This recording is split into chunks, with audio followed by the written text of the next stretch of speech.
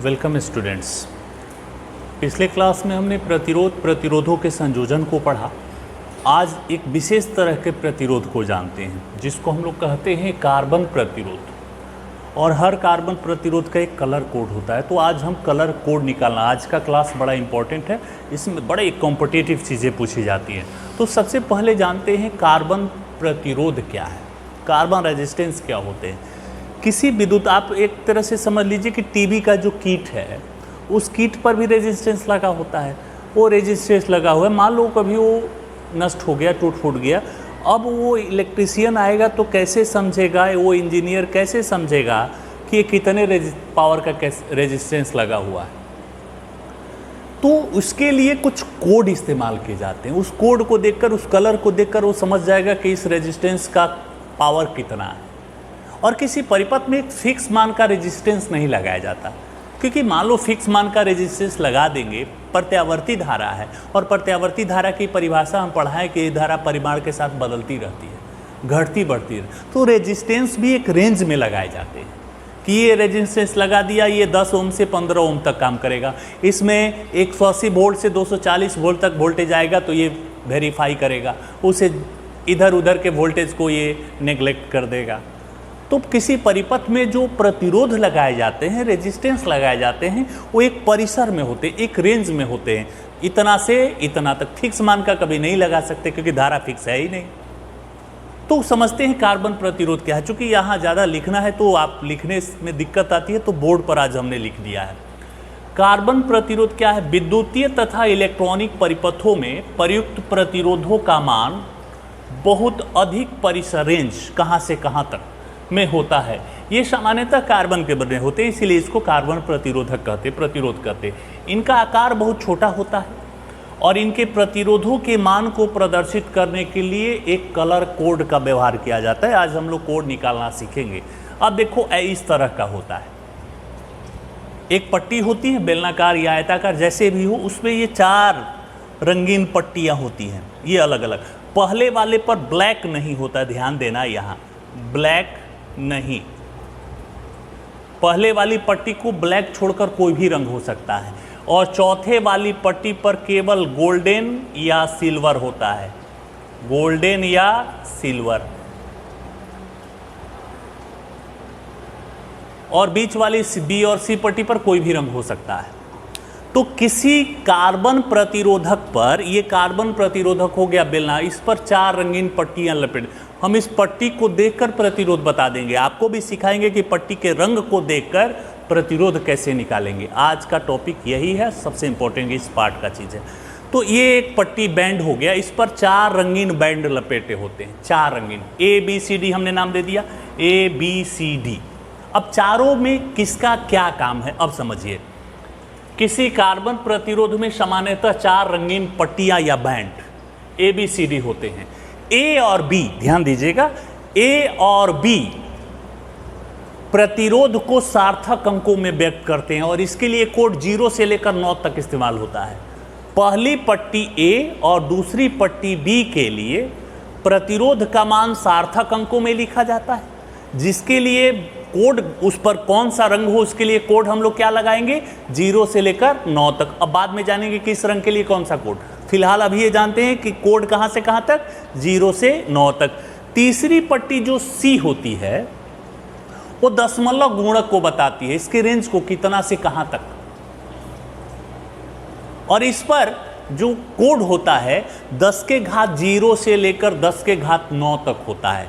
हमने लिख भी दिया है। A और B ओम में प्रतिरोध के सार्थक अंकों को व्यक्त करते हैं 0 से लेकर 9 तक, जबकि पट्टी C दशमलव गुणक को व्यक्त करती हैं, जिसके लिए रंगों का कोड हम लोग क्या इस्तेमाल करते हैं, 10 के घात 0, 10 के घात 1, 10 के घात 2, 10 के घात 3, 10 के घात 4, 10 के घात 5, 10 के घात 6, 10 के घात 7, 10 के घात 8, 10 के घात 9 से व्यक्त करते हैं। अंतिम पट्टी जो D होती है वह त्रुटि सीमा, मतलब कुछ बोले 11th क्लास से हम लोग पढ़ते आ रहे हैं कि मेजरमेंट में कुछ एरर भी होते हैं, तो एरर बता सकता है कि 5%, 10% आगे पीछे हो सकता है। ये जो रेजिस्टेंस है ये D एरर बताता है, त्रुटि सीमा बताता है, सहन सीमा बताता है, सहन सीमा भी कहते हैं इसको, जो बताता है कि आपका जो गणना है, आपका जो प्रतिरोध है वो 5% 10% इधर उधर भी काम कर सकता है। तो चौथी पट्टी डी त्रुटि सीमा या सहन सीमा को व्यक्त करती है। ध्यान देना, चौथी पट्टी डी पर केवल 2 ही रंग हो सकता है, गोल्डन या सिल्वर। कभी कभी चौथी पट्टी नहीं होती, केवल 3 पट्टियां भी हो सकती है। कभी कभी चौथी पट्टी डी अनुपस्थित हो सकती है, ए बी सी में से कोई अनुपस्थित नहीं हो सकता। ध्यान रखना इस चीज को, चौथी पट्टी डी अनुपस्थित हो सकती है, नहीं भी हो सकती है। ध्यान देना, अगर चौथी पट्टी डी पर गोल्डन है, सुनहरा रंग, सोने वाला जो रंग होता है, उसके लिए त्रुटि सीमा 5% मानी जाती है। अगर सिल्वर है, रजत, चांदी का रंग, तो उसके लिए त्रुटि सीमा 10% मानी जाती है। और अभी हमने बताया कि कभी कभी चौथी पट्टी अनुपस्थित भी होती है। तो जब चौथी पट्टी अनुपस्थित होती है तब इस स्थिति में त्रुटि सीमा को ±20% माना जाता है। त्रुटि सीमा ±20% माना जाता है। तो ध्यान देना, फिर से एक बार रिपीट करते हैं। किसी कार्बन प्रतिरोधक पर, ये कार्बन प्रतिरोधक है, इस पर 4 रंगीन पट्टियां लगी होती हैं, कभी कभी 3 पट्टी भी हो सकती है, ए बी सी डी। ए और बी प्रतिरोध के मान को दर्शाएगा ओम में, और इसके लिए सार्थक अंकों का व्यवहार करेंगे 0 से लेकर 9 तक। अब किस रंग के लिए कौन सा आएगा ये भी बताएंगे आपको। तीसरी पट्टी सी दशमलव गुणक को बताती है, जिसके लिए कोड व्यवहार करते हैं 10 के घात 0 से लेकर 10 के घात 9 तक। किस रंग के लिए कौन सा कोड होगा ये भी आपको बताएंगे। और चौथी पट्टी डी होती है, वह त्रुटि सीमा या सहन सीमा को दर्शाती है, जिसके लिए हम लोग अलग रंग के लिए अलग, इस पर 2 ही रंग होते हैं। चौथी पट्टी डी पर 2 ही रंग हो सकते हैं, या तो गोल्डन या सिल्वर। गोल्डन है तो त्रुटि सीमा या सहन सीमा ±5% मानी जाती है, और अगर सिल्वर है तो ±10%। और अगर चौथी पट्टी नहीं है तो उसका भी कुछ सिंबल हमें मिलता है, संकेत मिलता है। चौथी पट्टी डी नहीं दिया हुआ है तो इसका मतलब है त्रुटि सीमा ±20% होती है। तो इस पर एक बड़ा ऑब्जेक्टिव क्वेश्चन देता है कि कार्बन प्रतिरोधक में चौथी पट्टी अनुपस्थित हो तो त्रुटि सीमा का मान बताइए। तो चौथी पट्टी की अनुपस्थिति में त्रुटि सीमा क्या मानी जाती है? ±20%। अब चलते हैं इन चारों बैंडों पर, चारों पट्टियों पर। पहली पट्टी ए और बी पर कलर कोड 0 से लेकर 9 तक, सी वाली पट्टी पर 10 के घात 0 से लेकर 10 के घात 9 तक। चौथी पट्टी डी पर 2 ही रंग होते हैं, गोल्डन या सिल्वर।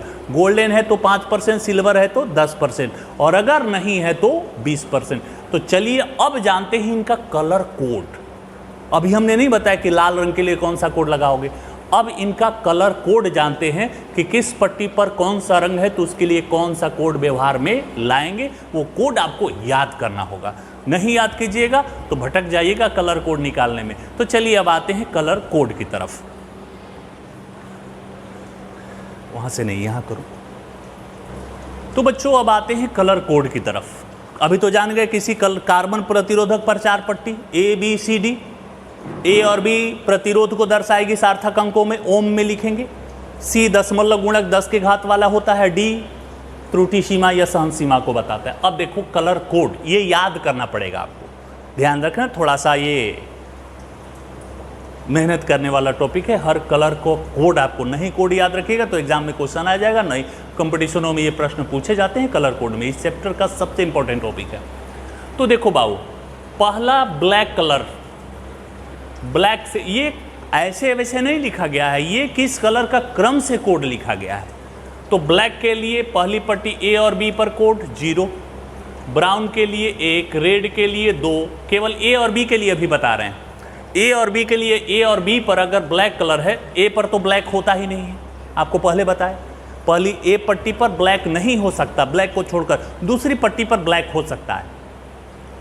तो ब्लैक पहले पट्टी ए और बी ब्लैक रहे तो 0, ब्राउन रहे तो 1, रेड रहे तो 2, ऑरेंज रहे तो 3, येलो रहे तो 4, ग्रीन रहे तो 5, ब्लू रहे तो 6, अगर वॉयलेट है तो 7, ग्रे है, ग्रे को धूसर या स्लेटी भी कहते हैं, 8, वाइट 9, और ये गोल्डन सिल्वर या कोई रंग नहीं, ये तो चौथी पट्टी के लिए होता है।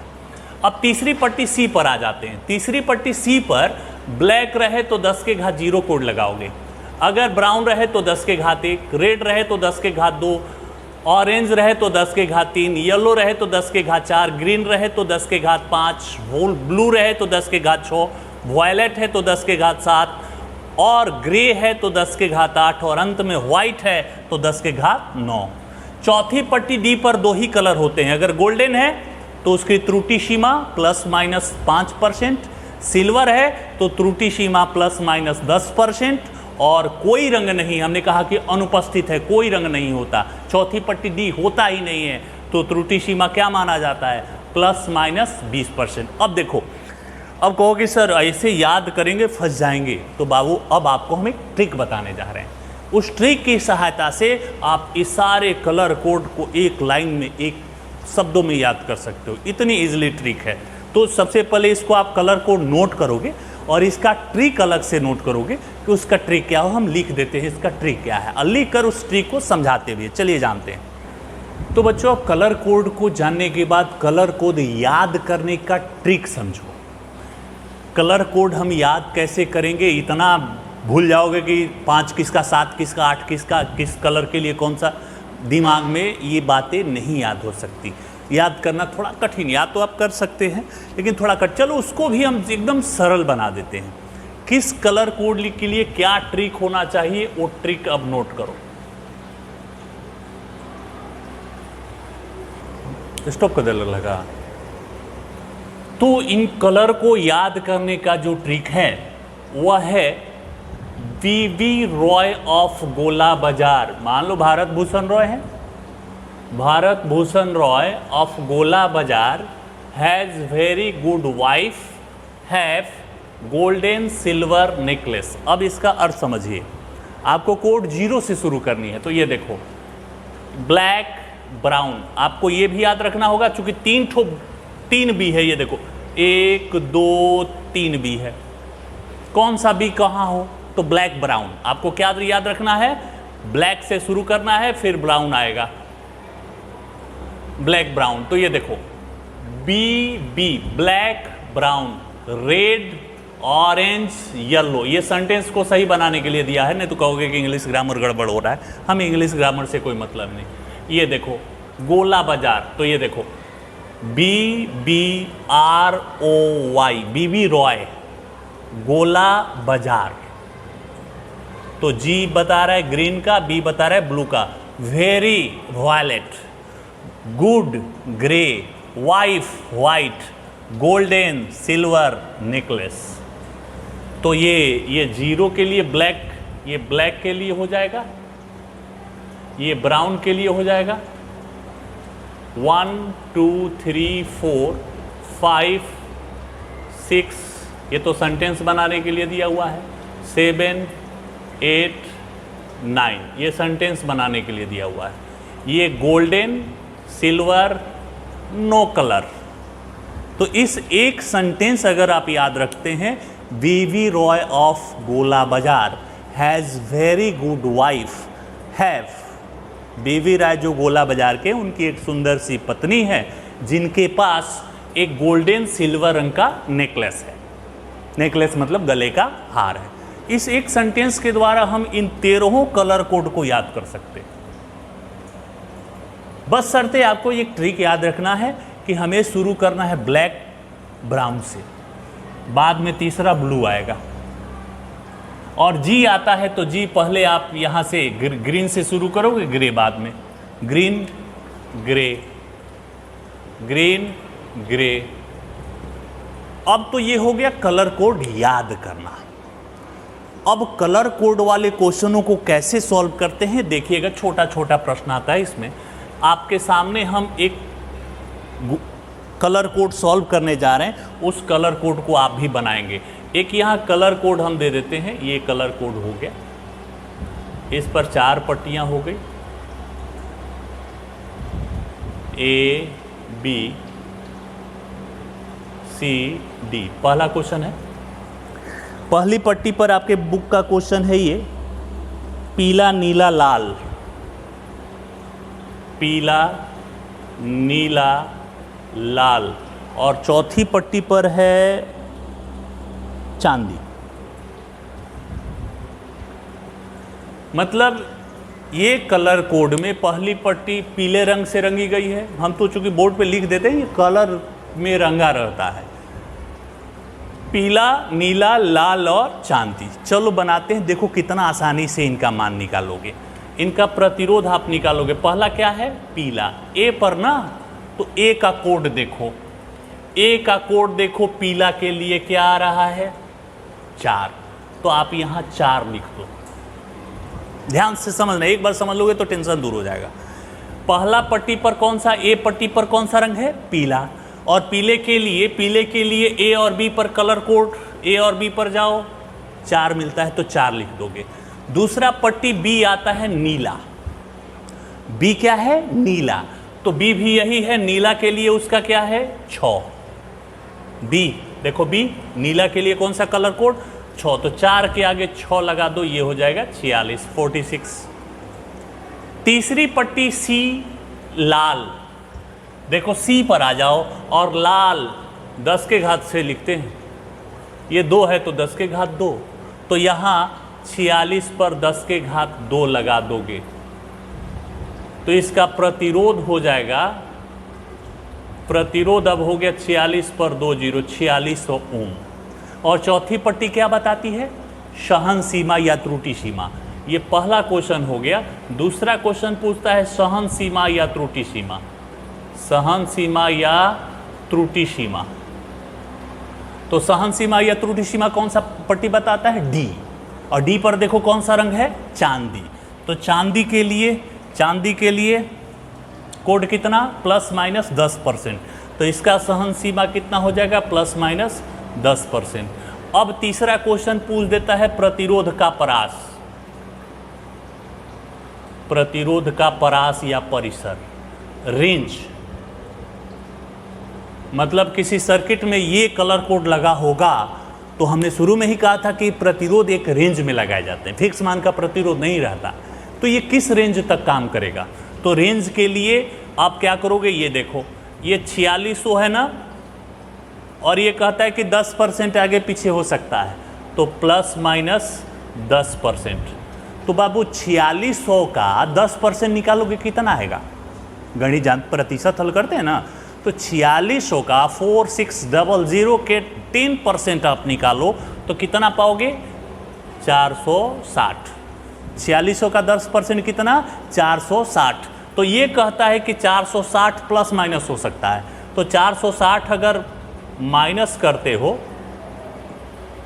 से 4600 में 460 प्लस 460 आगे पीछे, जैसे हम लोग एग्जाम्पल देते हैं, मेरे पॉकेट में 100 रुपया या 10 रुपया आगे पीछे हो सकता है। 100 रुपया होगा या बहुत होगा तो 10 रुपया कम ज़्यादा हो सकता है।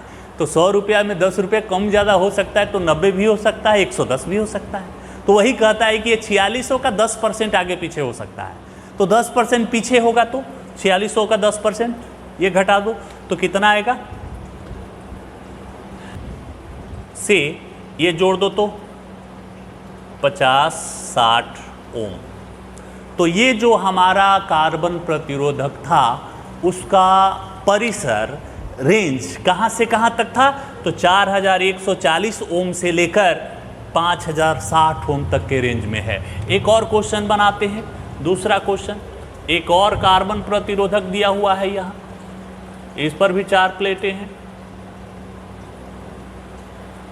A B C D। इन पर कलर कोड क्या है? पहला पर नारंगी है, बैगनी, बैगनी। तीसरा पर है हरा, और चौथा सुनहरा, गोल्डन। तो इसका प्रतिरोध बताओ। इस कार्बन प्रतिरोधक का प्रतिरोध बताइए कितना होगा। तो चलिए प्रतिरोध निकालते हैं। पहली पट्टी ए पर नारंगी, तो ए के लिए नारंगी 3, तो यहां 3 लिख दो। बैगनी, बैगनी के लिए 7, बी पर बैगनी है तो 7, तो 3 के आगे 7 लगा दो, हो गया 37। और तीसरा पट्टी 10 के घात 0 लगाना है उसके आगे, जैसे ये 3 लिखा 7 लिखा, उसके बाद 10 के घात जितना है 2 है 3 है तो आगे ऐसे लगाते जाओगे। तो ये तीसरा पट्टी 10 के घात कौन सा, हरा, हरा के लिए कौन सा कोड है, ग्रीन के लिए तीसरी पट्टी 10 के घात 5, 10 के घात 5 ओम हो गया। आप चाहो तो इसको ऐसे ही लिख सकते हो 37550, इतना ओम हो गया। दूसरी क्वेश्चन में आएगा कि सहन सीमा या त्रुटि सीमा कितनी, इस कलर कोड की सहन सीमा या त्रुटि सीमा का मान बताइए। तो त्रुटि सीमा सुनहरा यानी गोल्डन, गोल्डन के लिए ±5% होता है। और तीसरा क्वेश्चन आता है प्रतिरोध का परास, प्रतिरोध का परास यानी परिसर यानी रेंज कितना होगा। तो बिल्कुल ये 37 × 10 के घात 5 आप ±5%, आप इतना पर भी छोड़ सकते हैं, आंसर हो जाएगा। 5% उसका निकाल लो कितना आगे पीछे होगा। तो इस तरह से किसी कलर कोड को सॉल्व किया जाता है। और कलर कोड बनाएं, चलिए और एक दो बनाते हैं, रोक लेना। तो बच्चों एक कलर कोड पर एक क्वेश्चन और हम बोर्ड पे दे रहे हैं, लिख देते हैं। क्वेश्चन क्या है कि एक कार्बन प्रतिरोधक पर प्रथम जो पट्टी है वह नीला, पहला वाला क्या है, फर्स्ट नीला, सेकंड काला और थर्ड पीला है। पहले इनका प्रतिरोध निकालो, इनका प्रतिरोध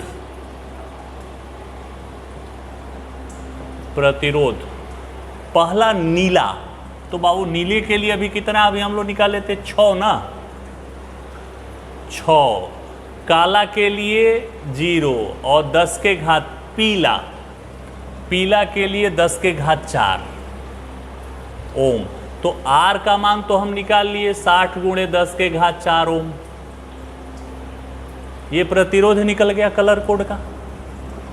इसमें विभवांतर कितना प्रवाहित हो रहा है, V बराबर 30 वोल्ट। तो कह रहा है कि धारा बता दीजिए, धारा V बराबर IR होता है ना, तो I बराबर क्या हो जाएगा, V/R। V कितना, 30 बटा में 60 × 10 के घात 4, V/R। I बराबर 0.5 और 10 के घात -4 एम्पियर आपका मान जो है। अब अगले टॉपिक की तरफ बढ़ते, कलर कोड के प्रश्न आप ऐसे ही हल करोगे बिल्कुल। अब मान लो इसमें चौथी पट्टी नहीं है तो सहन सीमा पूछा जाता, तो सहन सीमा या त्रुटि सीमा पूछा जाता हो तो ±20%, चौथी पट्टी है नहीं। तो फिलहाल हमसे पूछा गया था धारा, तो ओम के नियम से आप धारा का मान निकाल लीजिए, I बराबर V/R। तो इतने एम्पियर की धारा इस कलर कोड से प्रवाहित होगी। तो इस तरह से कलर कोड और उसके संबंधित कुछ आंकिक प्रश्न बनाते हैं। एक दो छोटे छोटे टॉपिक हैं, उनको भी जान लेते हैं। तो बच्चों अब आते हैं विद्युत ऊर्जा पर। विद्युत ऊर्जा, ऊर्जा क्या है, आवेश को एक स्थान से दूसरे स्थान तक किसी चालक में प्रवाहित करते हैं। तो इस प्रवाहित करने में कुछ कार्य किया जाएगा ना, यही कार्य उस चालक में विद्युत ऊर्जा के रूप में संचित होता है। मतलब आवेश को प्रवाहित करने में किया गया कार्य W बराबर VQ होता है, W बराबर VQ होता है। V बराबर IR होता है ओम के नियम से, तो W बराबर IRQ, Q बराबर IT होता है, तो W बराबर IR × IT, तो W बराबर I² RT। और यही कार्य विद्युत ऊर्जा के बराबर होता है, विद्युत ऊर्जा के बराबर होता है।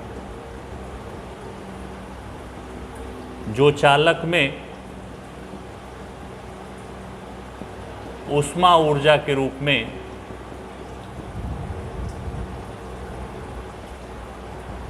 प्रकट होता है। तो ऊर्जा का सूत्र E बराबर I² RT, विद्युत ऊर्जा E बराबर I² RT। और इसी फॉर्मूले को कंसेप्ट बनाकर जूल ने एक नियम दिया, जिसे हम लोग विद्युत धारा का ऊष्मीय प्रभाव के नाम से जानेंगे।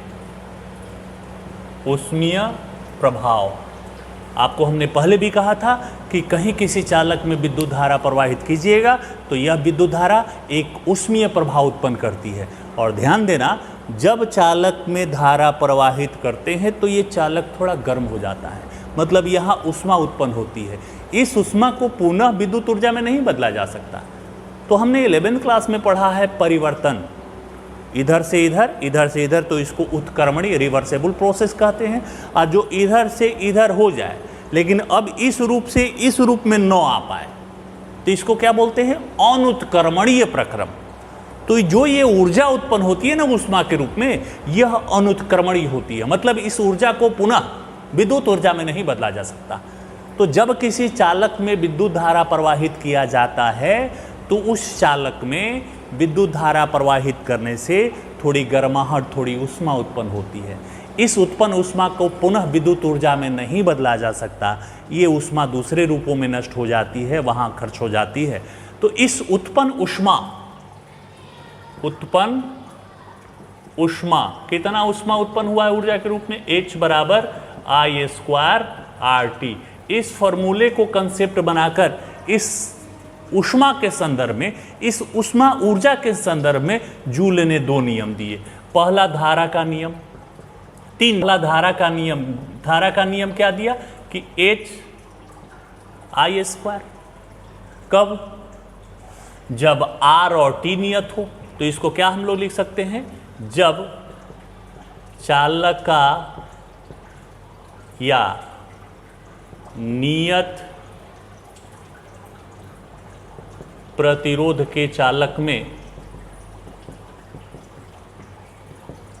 नियत समय में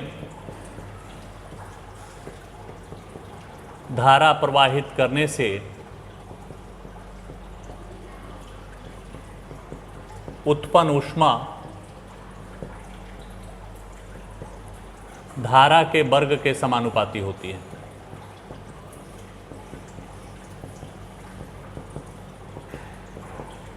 समानुपाती होती है, मतलब H समानुपाती I²। दूसरा हो गया धारा का नियम, नहीं, पहला हो गया धारा का नियम, दूसरा हो गया प्रतिरोध का नियम। प्रतिरोध का नियम, जब नियत समय में नियत धारा चालक में प्रवाहित की जाती है तो उत्पन्न ऊष्मा का परिमाण प्रतिरोध के समानुपाती होता है। समानुपाती होता है, मतलब H समानुपाती R। देखो, H समानुपाती I², H समानुपाती R। अब समय का नियम पर आ जाओ। तीसरा, समय का नियम। समय तब होता है जब I और R नियत हो। नियत प्रतिरोध के चालक में नियत धारा प्रवाहित करने से उत्पन्न ऊष्मा का परिमाण समय के समानुपाती होता है। समानुपाती होता है, मतलब H समानुपाती T। ये आपको ये 3 ठो जूल का नियम हो गया। फिर से एक बार समझ लिया जाए, बड़ा इंपॉर्टेंट चीजें हैं ये, कि जब किसी चालक में धारा प्रवाहित करते हैं तो उस चालक में इलेक्ट्रॉन अनियमित गति करने लगते हैं। गति करते हैं तो ये इलेक्ट्रॉन टकराते हैं, टकराने से प्रतिरोध उत्पन्न होता है और प्रतिरोध से ऊष्मा उत्पन्न होती है। और वह ऊष्मा कितनी होती है? H बराबर I² RT। विद्युत ऊष्मा उत्पन्न हुई, विद्युत ऊर्जा, विद्युत या ऊष्मा ऊर्जा जिसको आप कहिए। तब जूल ने बताया कि विद्युत धारा किसी परिपथ में एक ऊष्मीय प्रभाव उत्पन्न करती है, ऊष्मा उत्पन्न करती है। याद रखिएगा, विद्युत धारा ऊष्मीय प्रभाव उत्पन्न करती है। और इस सूत्र से संबंधित जूल ने 3 नियमों का प्रतिपादन किया कि आप खुद सोचिए कि परिपथ में धारा बढ़ाएंगे 2 एम्पीयर, 10 एम्पीयर, 50 एम्पीयर, तो परिपथ गर्म होगा ना। तो जितनी धारा बढ़ाते जाओगे परिपथ में ऊष्मा ऊर्जा का मान उतना ही अधिक होगा, परिपथ उतना ही गर्म होते जाएगा। दूसरे वाले नियम में चलो, प्रतिरोध बढ़ाओगे तो प्रतिरोध बढ़ाना मतलब टक्कर ज्यादा होगा, टक्कर ज्यादा होगा तो ज्यादा गर्म होगा। तो ये भी उत्पन्न ऊष्मा प्रतिरोध के भी समानुपाती हो। समय, तीसरा समय की बात आती है। परिपथ में 1 मिनट तक धारा प्रवाहित हो और 1 दिन तक धारा प्रवाहित हो, तो ज्यादा समय तक धारा प्रवाहित होगी तो तार ज्यादा गर्म होगा ना। तो समय ज्यादा होगा तो परिपथ में गर्माहट भी ज्यादा होगी, अर्थात परिपथ में ऊष्मा का परिमाण ज्यादा होगा। तो उत्पन्न ऊष्मा धारा के वर्ग के भी समानुपाती होगी, उत्पन्न ऊष्मा चालक के प्रतिरोध के भी समानुपाती होगी और उत्पन्न ऊष्मा समय के भी समानुपाती होगी। तो ये जूल के 3 नियम थे। लास्ट और अंतिम टॉपिक आपका है विद्युत शक्ति।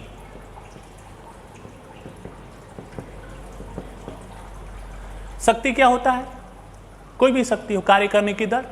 विद्युत शक्ति थोड़ा सा बदल दीजिएगा, किसी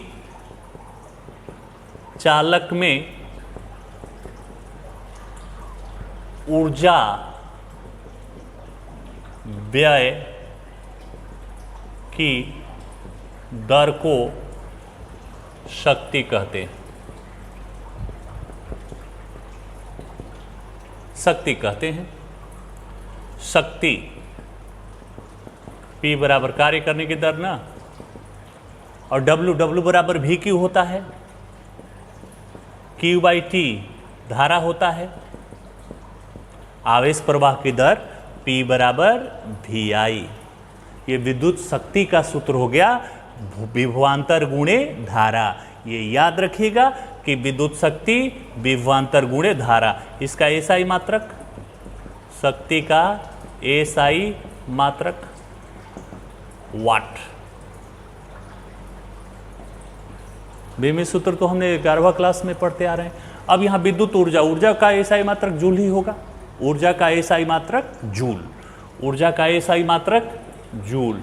लेकिन एक चीज आपको याद रखना होगा कि ऊर्जा का एक व्यवहारिक मात्रक, जैसे यहां शक्ति, शक्ति का एक और मात्रक होता है। मशीनों की शक्ति जो होती है ना, हॉर्स पावर में मापी जाती है, HP में मापी जाती है, और 1 HP कितना? 746 वाट।